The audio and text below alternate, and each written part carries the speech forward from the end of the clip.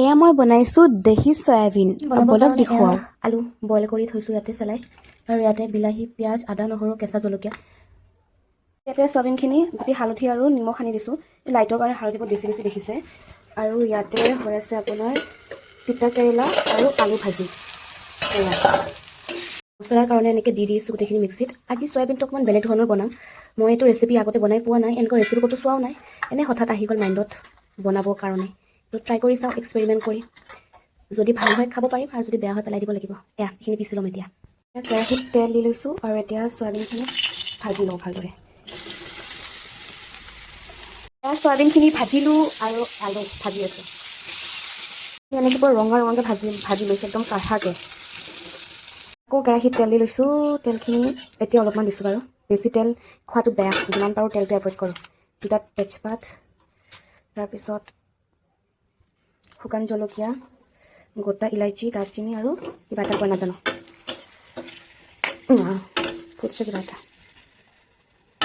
ইয়াতে দি দিম পিঁয়াজ। এইটো মই এক্সপেৰিমেণ্ট কৰা উল্টা পাল্টা ৰেচিপি, কোনো নাহাঁহিব মুঠি চাই কিনে।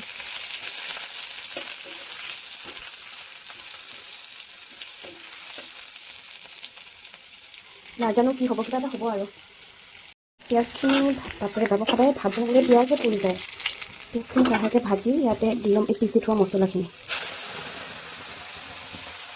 ইয়াতে আছে আপোনাৰ আদা, নহৰু, তাৰপিছত পিঁয়াজ, কেঁচা বিলাহী, এইবোৰ পিচি কিনে অকণমান গ্ৰেভিৰ কাৰণে এইটো মছলা বনাই লৈছোঁ।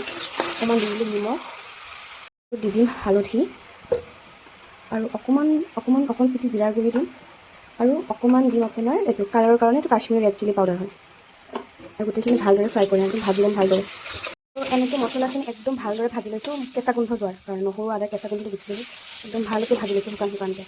তাৰপিছত পানী এড কৰিম। মছলা আমাৰ ৰেডি। মেইন এটা ইনগ্ৰিডিয়েণ্টছ এড কৰিম, যোনটো হ'ল দহি। আজিৰ ৰেচিপিটোৱে হ'ল দহি দি চয়াবিন। মাজে মাজে এনেকুৱা এক্সপেৰিমেণ্ট কৰিব লাগে বাৰু, খোৱাৰ টেষ্টবোৰ অকণমান সলনি হ'ব। বেছি নিদিওঁ, বেছি এক্সপেৰিমেণ্ট কৰিব গ'লে বেয়া হৈ গ'লে চেছ আৰু। দহি চয়াবিন বনাই আছোঁ গাইজ, দহি চয়াবিন। এতিয়া আৰু ভালদৰে ভাজি ল'ম এইখিনি। আহা কি ধুনীয়া স্মেল ওলাইছে গাইজ, কি ক'ম আৰু।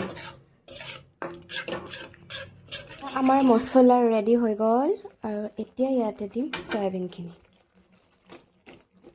চয়াবিনখিনি আগতে দিয়া ৰিজন হ'ল চয়াবিনখিনি ভালকৈ গোটেইখিনি মছলাটো সোমাই লওক আৰু। কিন্তু দেখাত কিন্তু বিৰাট ধুনীয়া হৈছে দেই, খাবও ধুনীয়া হ'ব এইটো। এইটো এনেকৈ 5ৰ পৰা 10 মিনিট হ'ব দিম, মানে ভিতৰত মছলাখিনি সোমাব দিম আৰু হিটটো কমাই কিনে। আৰু সঁচা কথাটো হ'ল যে খাবলৈ বিৰাট টেষ্টি হৈছিলে। মই বৰ অকণমান জোলকৈ বনালোঁ, আপোনালোকে বিচাৰিলে গ্ৰেভিকৈ বনাব পাৰে, আৰু ৰেচিপিটো এবাৰ ট্ৰাই কৰি চাব, বিৰাট